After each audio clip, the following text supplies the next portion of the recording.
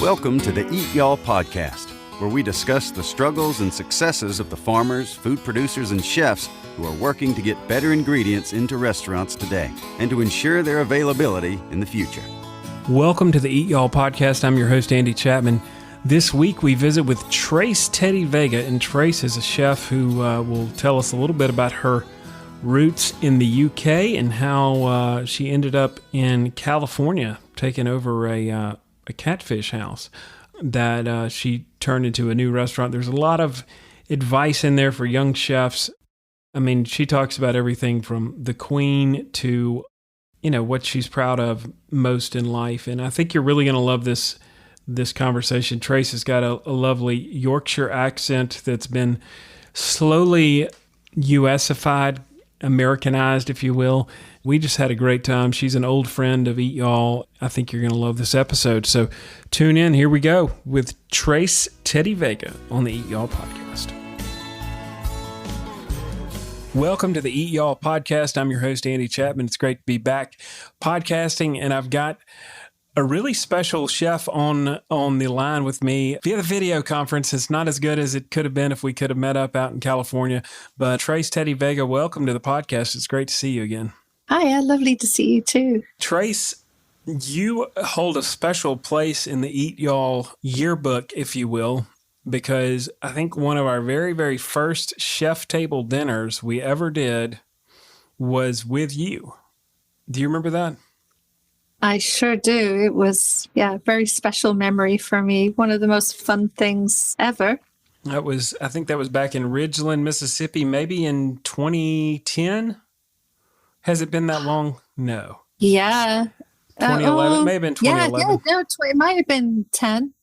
It might have been 10 or 11. Yeah. Either way, it was at least 10 years ago, which is crazy. Yeah, it was many moons ago. How is that even possible? Right? How is that possible? Yeah, it's craziness. Yep. But you are not from here, as people can tell by your accent. You're not from Winona, Mississippi.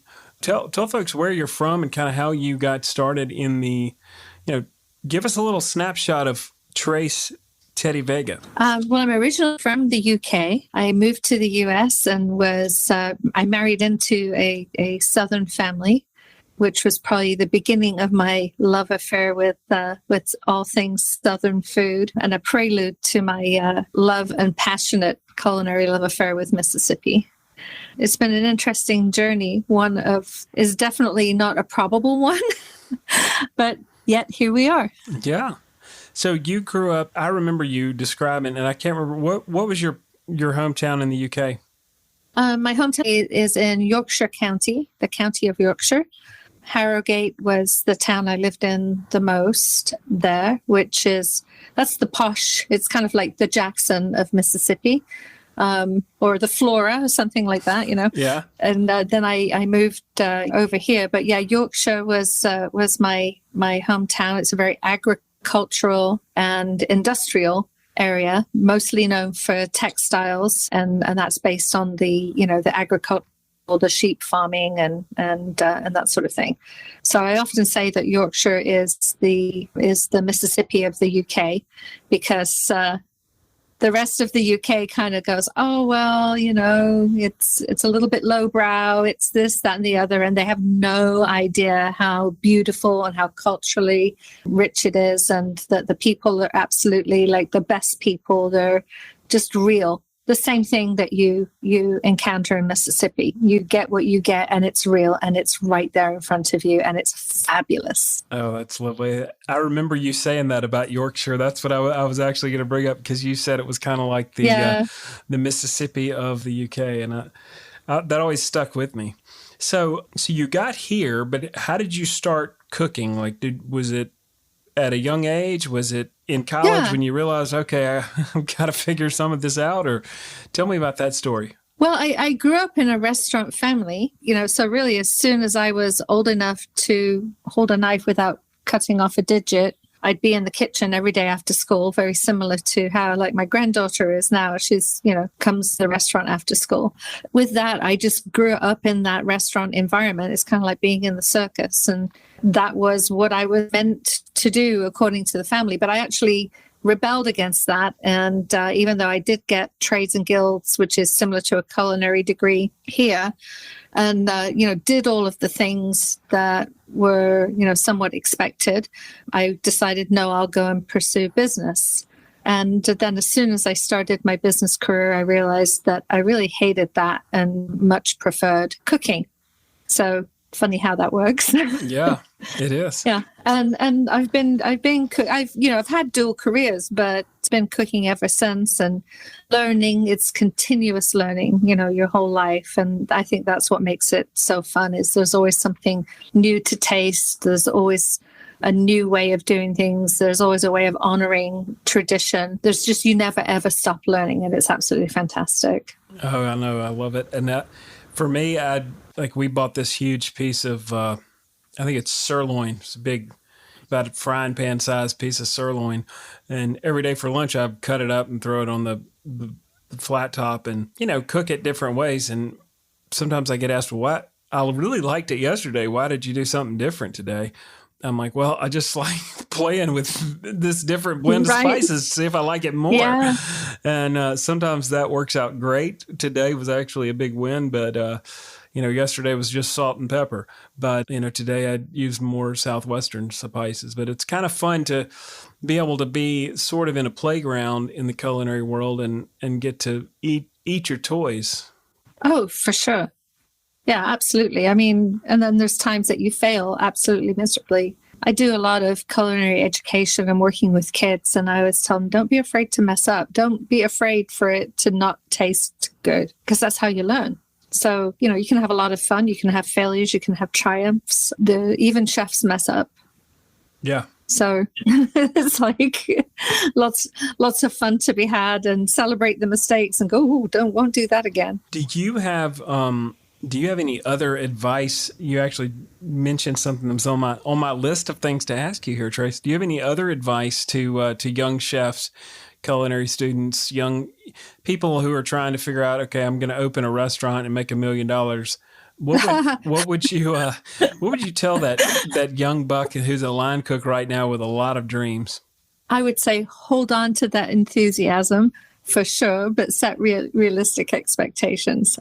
People will say you're absolutely crazy. People like me who are, doing it and have opened a restaurant, they will say, you're nuts, don't do it. But when you have a passion for it, there's nothing that's going to stop you doing it. It's like, I don't know, just a very weird, can't think of the word, but masochistic, I don't know, sucker for punishment, something like that. But what I always tell young chefs that I work with, or, I encounter, and, I get a lot of people, oh, my son's going to culinary school. He wants to have a conversation with you. Will you talk to him? Or my daughter is going to is pursuing a career as a chef. Please, would you mind to have a talk or, do some mentorship? The thing that I always say is culinary school is great. It gives you a foundation. It tells you how to do a math equation. It tells you the basics and all the rest of that things. It's not really about passion. It's about learning how not to cut your finger off. It's about learning what to use here versus there. But mechanics, kind of. The people that take that and then have just, an absolute willingness to be playful and to try things that are outside of the norm are the ones that will succeed, because that's how you put your handprint on it. Anything that I cook, people ask me for recipes all the time. And William will say to me, oh, don't give him the recipe. That's giving away our secrets. And I say, I don't care, because their hands will never be the same as my hands. Mm-hmm. My hands are not the same as your hands. My hands are not the same as my mother-in-law's hands or the person I spent time with in this kitchen. But you take all of that knowledge and you really make it, you put your handprint on it, your heart print on it. The other piece of advice that I would give is, if you can't afford culinary school, don't sweat it. If you want to learn, where there's a will, there's a way.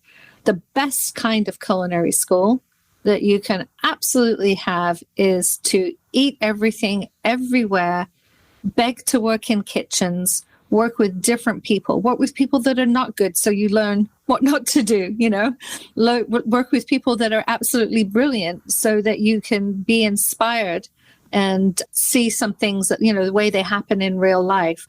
Go everywhere, go eat everything, try everything. Doesn't matter if you think it's like, oh my God, that's gross. That's foreign to me. I don't want to try it. Doesn't matter. Just go and try it. And I think through that's how you develop your palate. That's how you develop an understanding of things that work together and don't work together. All of those sorts of things. Traveling exposes you to so many different cultures. So I would tell somebody, spend your money on traveling rather than culinary school. Probably I'm going to get a nasty letter from Johnson and Wales. But, really at the end of the day, culinary school is great. Classes are great. But there's nothing that beats just, immersing yourself in the kitchen. It's like going and learning a language in the country versus taking a Duolingo, right? Mariana's doing Duolingo right now, trying to get ready for us going to Mexico. Excellent. I learned a lot of Spanish working with some landscapers when I was in high school. Most of it I can't say in polite company, but... I was going to say I learned from my stepdad, but mostly just the bad words. Yeah. And I'm able to tell when the guys in the kitchen are talking about me. And I usually don't let on that I know until they get to know me. And then they're like, oh, we said all those things. I'm sorry. You're going to have to delete the whole thing. Just delete the whole thing. But yeah, we like to have fun. So when you talk about, I love that you were talking about kind of the go everywhere, eat everything. That kind of reminded me of another Brit named Simon Majumdar, who says that all the time. He signs his books that way. He does, doesn't he? Yes. And I think one of the things you touched on was just like the ingredients that people try, and they may say, oh, I don't think I'm going to like that, and they try it. And talk about the kind of from your perspective, how vastly different so many ingredients are, even in the same category. Like beef is a category. Grass-fed beef is a subcategory, whatever. But even inside of grass-fed beef, there's 50 different flavor profiles depending on what type of cow and what kind of grass they're eating. And can I talk about how that plays out for you and how you kind of pick through and decide what to put on a menu between, okay, well, I like this ingredient, but what's the best kind of that you can find? Yeah, to me, there's definitely a difference, right? Just in beef, there's a difference between, breeds, where they're raised, how they're raised. So if you look at, different parts of the animal, the flavor can be so incredibly different from, the rooter to the tutor. If you look at the flavor profile of an oxtail, for instance, versus a bavette. Oh, yeah. Right? It's just like, okay, is this the same animal? So, for me, I also like playing with different cuts of meat and mixing them together, because you do get such, then you get a very unique kind of flavor profile, especially if you're treating them kind of in the simplest form. You mentioned salt and pepper. Just that alone can really highlight the differences between, like those two parts, for instance, right? Those two cuts, and putting those things together really can create something really delightful. You got the unctuousness of this part, and then the depth and tenderness in flavor and structure. And you bring those together, having two different textures, two different flavors, the flavor from the marrow, the gelatinous part of it, having all of that come together. It's like, okay, this is so much fun. So people will tend to say, oh, I'll have a steak. I like a ribeye.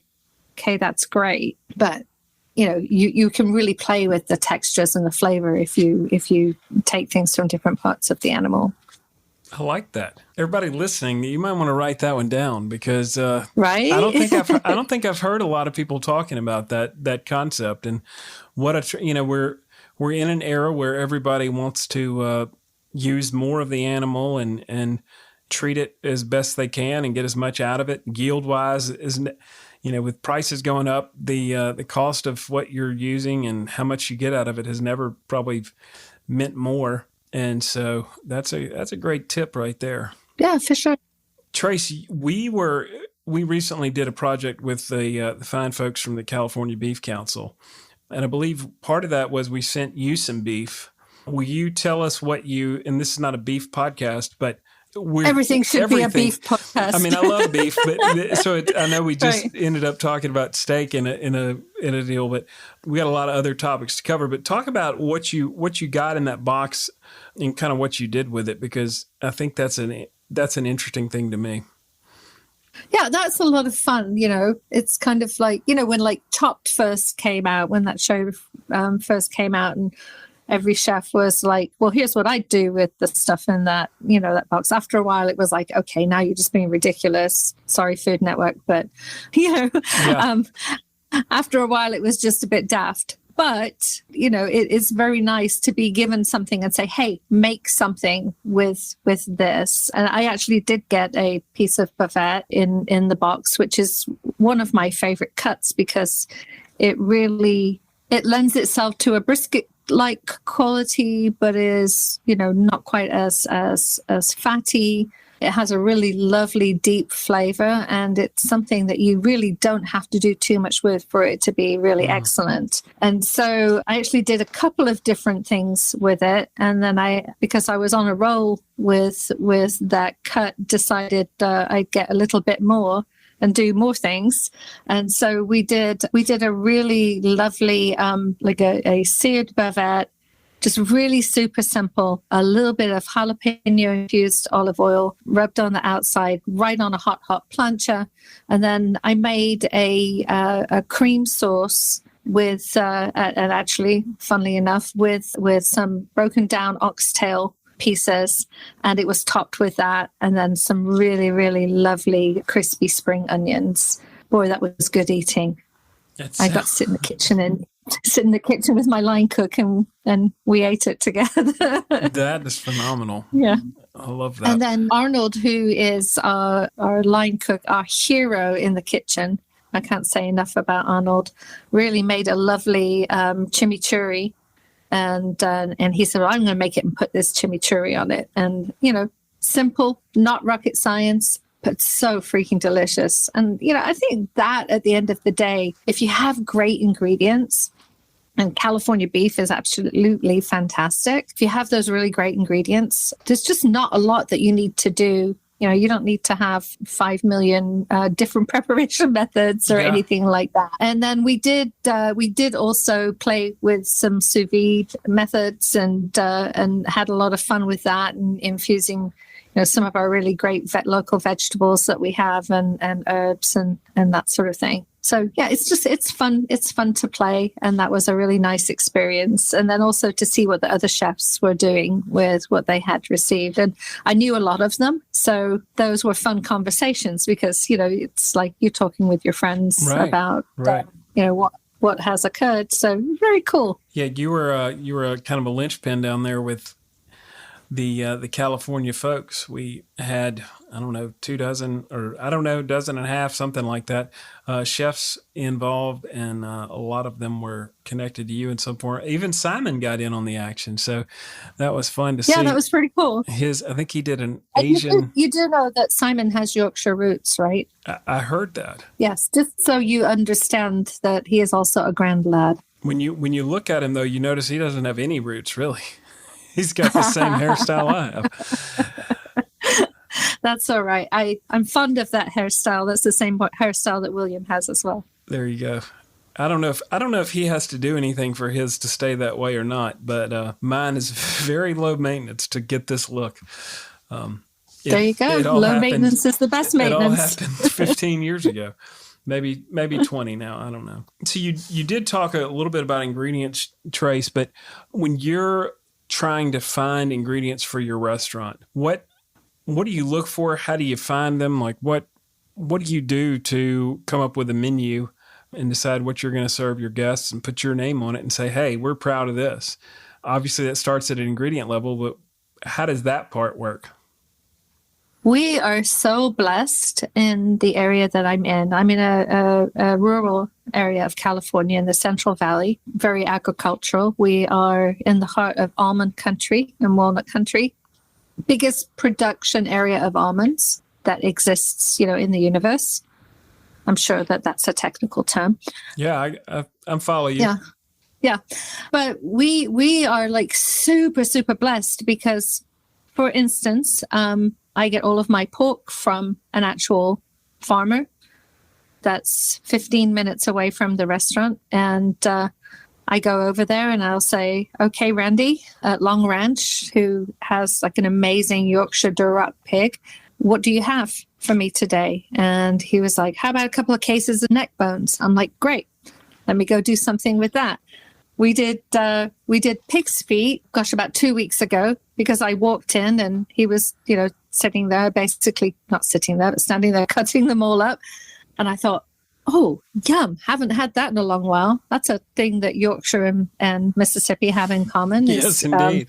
That type of thing. So I thought, okay, what can I do with that? And I had some Hoover sauce that I had brought back from Mississippi because I really love that stuff. And no matter how hard you try to replicate it, you just can't, because I think they put some crack in it or something like that. Probably. Yes. Yeah, that's exactly what it is. And so I thought, let's see what happens if we do some, pig's feet and braise them with some Hoover sauce and everything. It was sold out within an hour.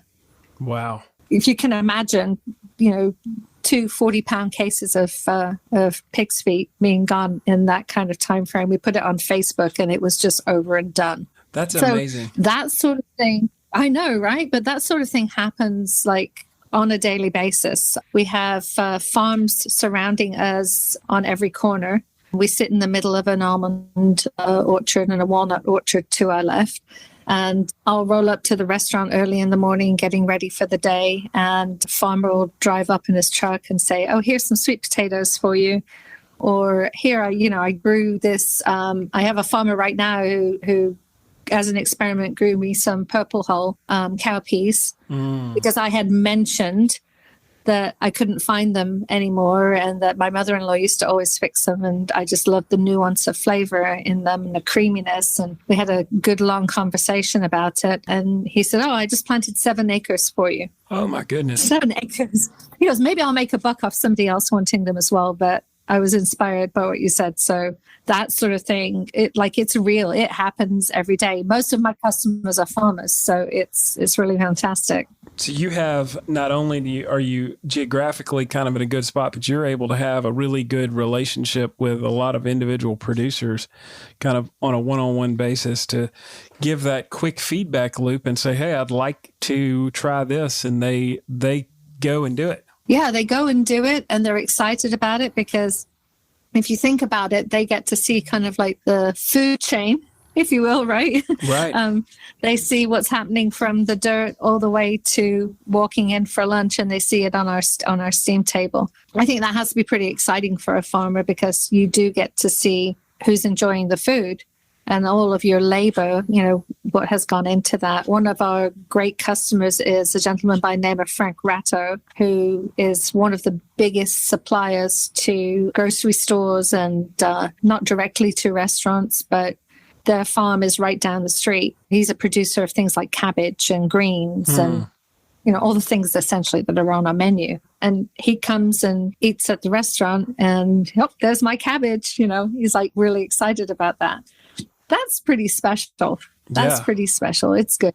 There's not a lot that we buy from distributors. There's a couple of things, but for the most part, we're really able to discover local things and be inspired by local things. And it's such a cliche now. It's like, oh, farm to fork and buy local, eat local, all of that good stuff. It's a lovely sentiment, but it's difficult to do unless you're really blessed to be in a position like we are, which is, I can walk over to Mr. Cheeks, my 94-year-old farmer neighbor, and say, hey, when's that squash going to be ready? And he brings it over when it's ready. Yeah. And he's 94 and still farming. It's like amazing. That is incredible. And the fact that you can actually pick it ripe and have it the next day, as opposed to so many things in our food supply are picked green, and then it's 2 weeks before they get to you, and they still they look like a tomato. If you've ever eaten at Subway,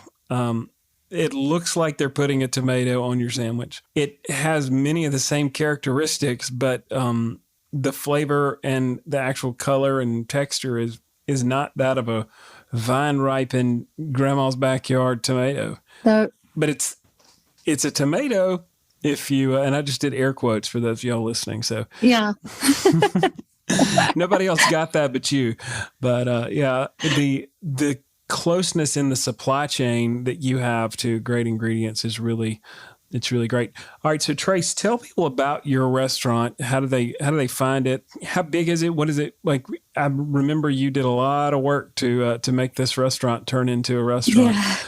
Kind of briefly tell that story. We need to save a little time for the lightning round, which we'll get to in a few minutes. We've got a lot of questions that'll be flying at you fast, but tell us about the restaurant.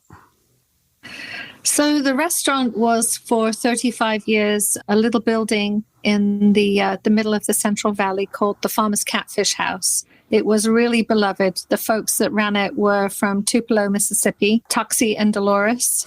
That's and amazing. Toxie finally retired at the age of 85 because he had to get a hip replacement and nobody wanted to take over the restaurant. So even though he had kind of worked with his kids and his grandkids, there was nobody that was really interested. So it shut down and remained empty for about a year or so. I saw the building when it was a catfish house, and I said it looked like it dropped right out of Mississippi. Like it looked like somebody just did like a Wizard of Oz thing, and there it landed, and there was a piece of Mississippi in the middle of Central California. And I used to say to myself, oh my gosh, I'd love to open up a restaurant there, but they'll never go out of business because they're so popular and it's so fantastic. And one day I drove by and it was dark and the sign was down. So I appropriately lightweight stalked the owner of the building until he said yes. And he's a wonderful, wonderful man. And he did say yes. And he's been a great partner. So we got into the building and discovered that 35 years of catfish frying does behold certain things that, you definitely should replace, redo. So we had to redo, very enthusiastically and naively. We thought, oh, this will be really quick, but we ended up having to redo the entire plumbing. It had knob and tube electric in it, which is, kind of like the age of Lily Tomlin and the telephone thing. And so we had to replace all the electrical, all the plumbing. They had to get a new roof on the bad boy. We had to take the floor in the kitchen down to the dirt because every time there was a problem with plumbing or whatever, they just put another layer of subfloor on it. So there was actually 5 layers of subfloor. Oh, wow. Yeah. The ceilings actually became taller once we this is not a 4-foot ceiling. This was actually 7.5 at one time. Yeah, exactly.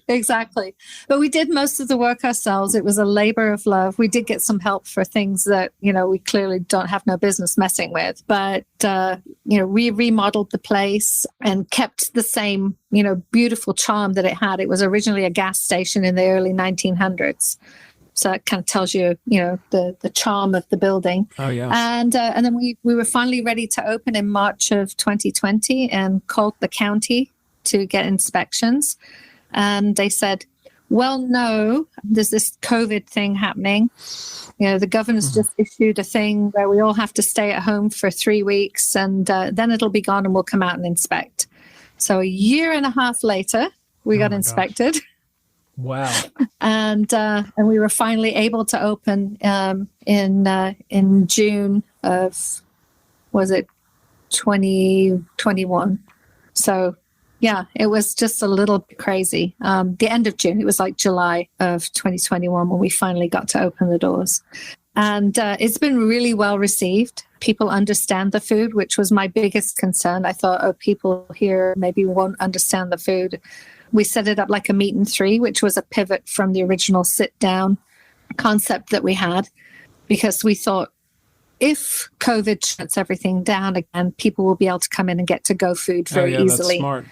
Yeah, but that turned into a blessing as well. So you can eat 2 ways. You can eat from the steam table, and then we have dishes you can order, made to order from the kitchen. So we get to play in both ways as chefs with kind of the different concepts and ideas, and perhaps things that are not economical enough to go on the steam table, we're able to offer on made to order. And William and I have a lot of fun. My partner is William Ross. Creatively, we both stick our heads in it together and figure out what we're doing. We kind of cook the same way, so it's lots and lots of fun. Oh, that's great. Yeah, and it's great. It turned out to be great because the farmers can come in and get their quick lunch that they need to get before they have to go back out and irrigate or whatever they're doing. Yeah. People get their to-go food, or if people want to come in and have, a more, a longer dining experience, they can do that too. So it's lots of fun. Well, and that kind of gives you like an anchor where you can teach a line cook or somebody how to do what goes on the steam table, but also educate them on, okay, we're going to do this special that, you can kind of have the little segmented part where if you want to get creative and get really exciting and do something, you have an anchor and you're not going to mess up what the quick people, the farmers like you were talking about, but you can do whatever you want to within reason on the other side of the menu and keep it interesting and fun and entertaining for you. Yeah, we can also see what people like and what they don't like and get good responses. And that's a great way to be able to offer things that are, perhaps, again, are a little bit more expensive to do, like, oxtails and things like that, that are not by any means, you're not really able to sell that for, I don't want to say a reasonable price because everything's reasonable depending on, what it is you want to eat. But people that are looking to spend, less than $15 for their lunch or dinner, and that's not going to fit. So we really try to keep the pricing super reasonable because we recognize everybody's in the same position that we are. So we do things that we think are, economically viable, but also freaking delicious. And then, the other stuff we're able to offer it if somebody wants to splurge a bit, for a steak or a 20-ounce Duroc Yorkshire pork chop, those types of things, we can still do them. We're not creatively bound to just these, batch cooking and, pot of greens after pot of greens after pot of greens. It's delicious. But as a chef, you want to do all the things. Yeah, there's only so many hot sauce and ham hocks you can throw in a pot of greens until you're like, okay, well, what else am I going to do with that? Right. So, yeah, it's fun. We have the best of both worlds. And and tell people the town how to find that restaurant in case they happen to be. You're like the second chef back to back that we've interviewed from California. So, we may have some may have some new California listeners out there pretty soon. Oh, that's awesome. We are in Wood Colony, California, which is a little enclave right outside of Modesto, California. Wood Colony was founded in 1869 as a German Baptist settlement. And it's a really, really gorgeous little area. So, you're ever in the Central Valley, traversing down to LA or just hanging out looking at the almond blossoms, that's where we are. All right. So you said German Baptist. It makes me wonder, did they drink or not? Because I don't know. I'll have to ask. Germans were big on beer, but Baptists, some of them are very teetotaling. So it's kind of the perfect anomaly. I wonder, we need to get some history on that. We'll do that for a future episode. I'll report back. We do have a lot. There's a lot of German Baptist families that are still, particularly in Wood Colony, that have farms that have been there for, 110 years plus. And, they're very dedicated to their faith and keeping the traditions and that sort of thing. And in my ignorance, I was like, are they Amish? What is going on? And because, the ladies wear the lovely bonnets and they all have the same dress in different fabrics and that sort of thing. But there's so much more to, so much more depth, obviously, to the culture and traditions. And it's really still so well and alive. Wow. Yeah. In the area. Such lovely families, they come in together and enjoy the food and support us very well and bring us all kinds of veggies. I had one lady, when we first opened, brought me the most massive tray of cinnamon rolls, which, is a blessing and a curse because, goes straight to the hips. Oh, but, man. just those types of things, people don't do that. In the Bay Area, don't do that. You don't know your neighbors. And we know our neighbors and we love it. And it's so diverse and wonderful. It's really fantastic. I was going to say that's fantastic. You said that's fantastic. I agree. That is a really special place to be. And, We have a community here in Mississippi that has a lot of Mennonites, and they have a bakery, and it's just all the breads they make are incredible. There's just nothing like it. So, all right, Trace, before we go into the lightning round, I want to run over what's your biggest mistake you've made in your career, or what's the biggest big event fail? I know you've cooked for Clint Eastwood. You've done some private chef gigs with some fancy schmancy people. Is there an event or a moment in any of that or anything in your current restaurant where you're like, man, that really didn't work, and it was pretty embarrassing? Yeah. So I started as a pastry chef because that's what you're supposed to do as a woman in your right. So I still have some, pastry chef skills, and I was here and there. I make ridiculous cakes if I'm asked to. One of them was a really ridiculous wedding cake, and I was transporting the cake out to the van, and basically a cat ran in front of me, and the whole thing went on the floor. It was a cake that had taken me like 4 days to do all of the intricate decorations. And keeping in mind, it's a wedding cake. That's like somebody's inflection point in their life. The wedding cake is a focal piece of their wedding. It's not like we'll go to Safeway and get another one. Safeway's a grocery chain out here. Right. You can't really fake it. So I literally had to recreate that cake from scratch. Within 3 hours, I got the cake over there. I think it was 30 minutes late. Nonetheless, did get it there and was able to recreate everything with the help of everybody that I knew that was, reachable in the area, and got it back over there. But that was probably the most epic, absolute bless your heart show that I have. Oh, I didn't amazing. say the S word this time. That I ever encountered, and I literally thought that I was going to have a panic attack and lose my ever loving, bless my heart. So yeah, it was pretty dreadful. I mean, you mess up on things, or especially doing catering events, you will run into things where it's just like, okay, this is impossible. I was given a room to work in once to cater a very fancy wedding, and the the vineyard that it was at, refused to move their forklift. So I basically had to cook food for 200 people climbing over a forklift from table to table. That was fun. Ones where there's been complete power outages for entire weddings due to lightning storms, and you figure out how to make it happen. So I'd say every failure gives you an opportunity to bounce back and make something happen anyway, and be resilient and be proud of yourself afterwards. But you do lose a few years off your life every time that happens. So the chef we just interviewed, Federico from Bianca's in Los Angeles, he was telling a story of a 7-layer cake that got knocked over right before the reception was starting. So he had to salvage it with styrofoam and kind of make it look like it was still a cake. So I feel you, buddy. I feel you. That's on the deepest level.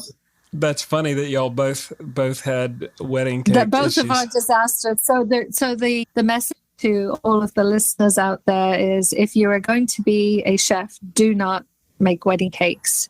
It is way too stressful. Yeah, dangerous. Right. Be sure and take your... do something else. Save your soul and do something else. Your Mylanta or your Pepcid AC or Tums or something for preparation. Yes. That's amazing. Shock therapy, whatever it takes.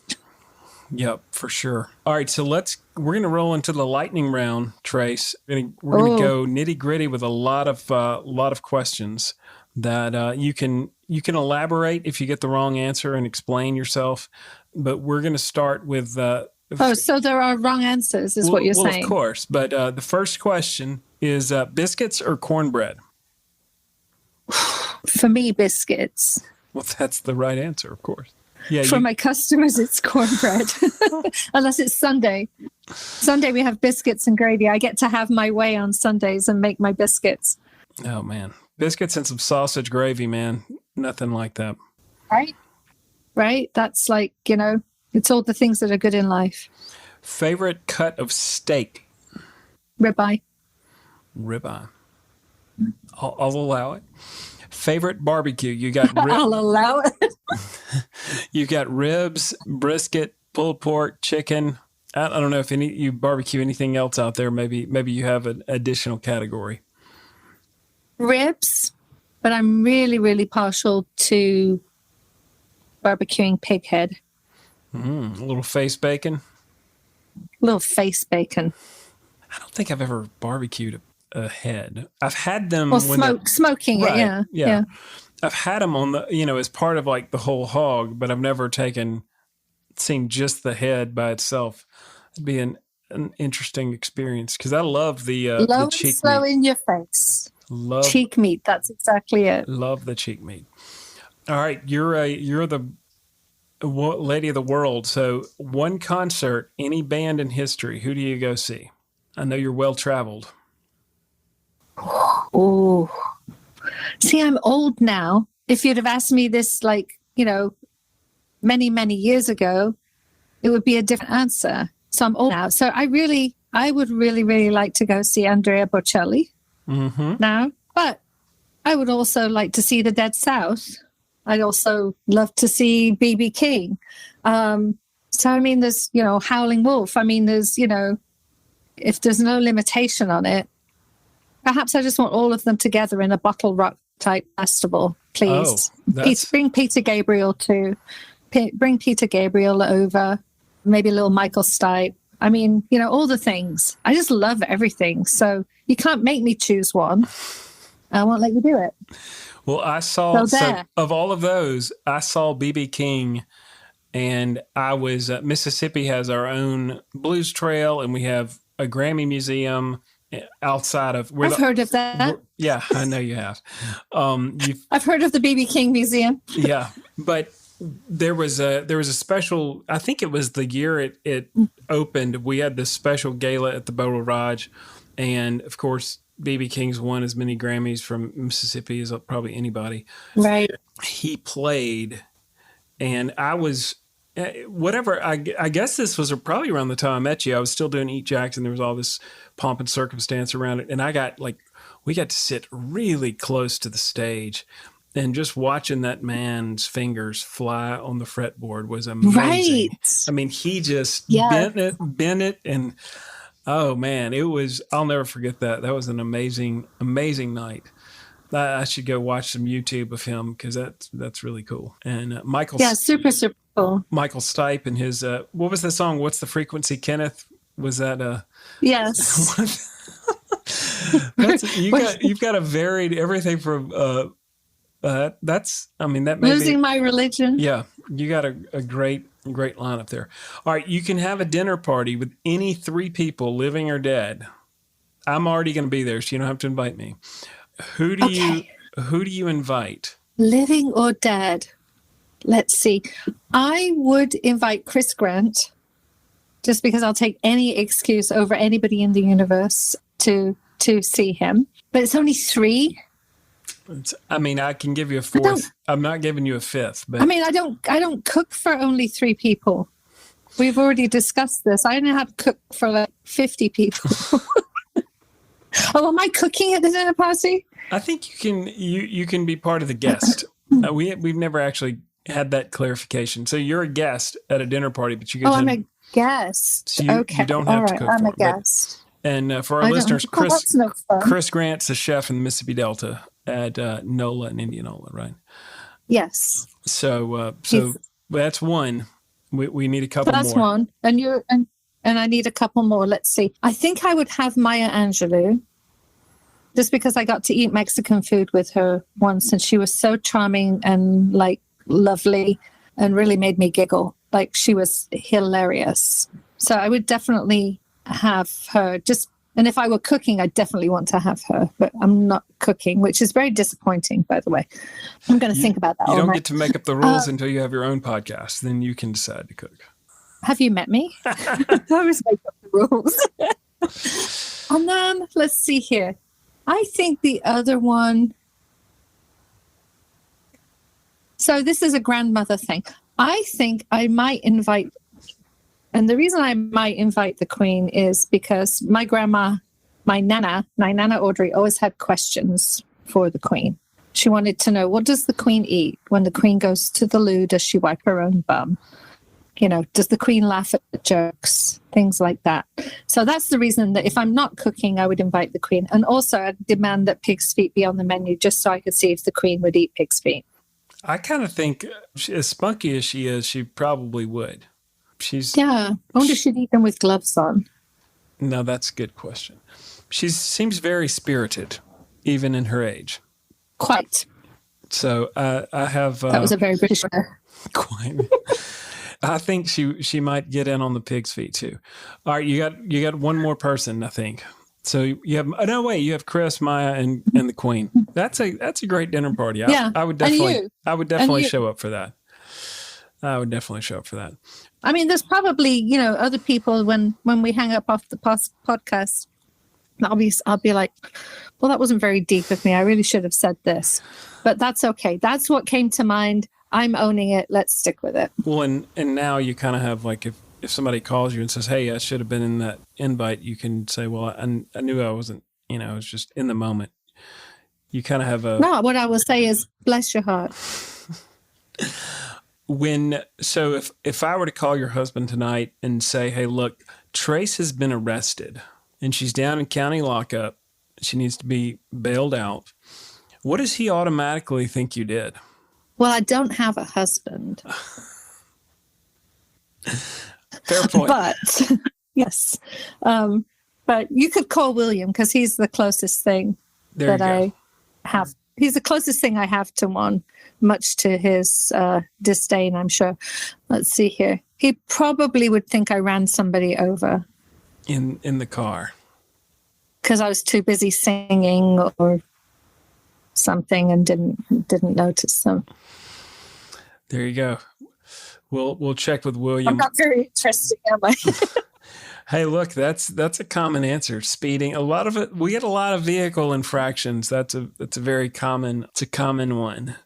All right. What's your favorite liquid pairing for dinner? What's your favorite drink? If you're gonna have you like red wine. You're in California. Do you like a red wine? Or are you in for like a scotch or something a little more sophisticated like that? Or where do you go? I do love a really hearty, vicious red wine. Definitely. But, I also enjoy a really good margarita. I'm a sucker for a good margarita, especially now with the like little spicy ones and sort of thing, like a little hint of ancho jalapeno, something like that. So, yeah. But wine, I'm always down for that cause. I like it. It doesn't have to be fancy either. I mean, good, but it doesn't have to be like dreadfully expensive. Just there's so much good wine. Do you have a favorite one from your area down there that we should know about? Oh, yeah. Fenestra Vineyards has a lovely Tempranillo, which is absolutely fantastic. Fenestra is a Livermore Valley wine. Absolutely fantastic. That's probably one of my most favorites. But I recently had a trip with my girlfriend, Effie. We went up and stayed in the Russian River area, and we drove through Sonoma and through Napa, and we really enjoyed some really nice things over there. A little Schramsberg bubbly. Boy, some really, really good stuff. That sounds lovely. All right. Last, I think we're down to two questions here, Trace. What are you most proud of in life and career? What do you kind of hang your hat on? Oh boy! So I have boys, as you well may know, and I think the thing I am most proud of. My youngest is now 22, and I'm really most proud of not what they've accomplished in careers or anything like that, but they're just good, kind humans and considerate and think about other people, and they're self-aware, and they are each unique in, the way they approach life and their drive and the things that they are passionate about and want to do. They're just really good humans. I feel like so proud of just their approach to life and how they care for other people. I wouldn't trade any of that for the world. Well, that's fantastic. That's a big one. That's a big one. All right, last question here, Trace. 1 year from today, if we're going to pour up a nice bottle of your Tempranillo and we're going to celebrate, what are we celebrating that you've accomplished or that's happened a year from today? I don't know that it would be like an epic event, but I am just hoping, I'm just having faith that our restaurant will make it and that it's making people happy and that they look forward to walking through the doors and feel that welcome, similar to what somebody might feel if they were in Mississippi. I'm looking forward to still being able to do that, to still watching people come together over food, watching people feel joy because there's something that they're eating that reminds them of what their grandmother used to make, or those lost food items. I had a guy literally cry over hog head cheese because he said he never thought he would get to eat it like that again. That is what means the world to me. We hope to make a little bit of money from having a restaurant open. We hope to be able to sustain. We hope to be able to, have our employees learn and our team have fun. But just seeing those customers, if that year from now, if 5 years from now, I'm still doing that, and I still haven't lost my passion and care for the detail and joy in doing it, man, that's worth celebrating. Yeah, for sure. For sure. And anytime you can make a customer cry at the table, that's a 6-foot-tall man cry at the table. That's beautiful. And he literally, I was like, "Are you okay?" They asked me to go over there. He goes, "Are you okay?" He's like, "Man, you just don't even know. I never thought I would eat this again." Wow. To me, that's everything. Yeah. I don't want to make people cry, but I just want them to, feel that joy, feel that attachment to a memory, that love, Yeah. That's it. I like That's it. everything in life. That and good kids got life beat. Oh man, good kids. That's always a good one if you can get it, for sure. Good kids. And well, I think you already know how that is because your daughter's pretty awesome. Absolutely. Absolutely. Well, Trace, thank you so much for joining us on the podcast. It's been really a treat to get to catch up with you after, I don't know how, I felt we did talk recently, but it's been quite a minute since we actually got to see each other. So I'm really thankful we got to do that. And it's been great to have you on here with me. Well, you know what? Bring your butt out here again and let me feed you. You look skinny. And I do look forward to being able to connect with you again. It's been so nice to chat with you. We'll do it. We hopefully can bring the whole crew. Kate's never been to California, so it'll be fun to get her out there. We're doing a little we're going to try to do a little more traveling this year, so hopefully we can make that happen. That would be amazing. Thanks, love. You've been listening to the Eat Y'all podcast, hosted by Eat Y'all founder and chief relationship officer, Andy Chapman. If you enjoyed this episode, it would mean the world to us if you'd join us in our mission to save family farms by subscribing and leaving a review. Even better, share this episode and follow us on your favorite social media account at Let's Eat Y'all.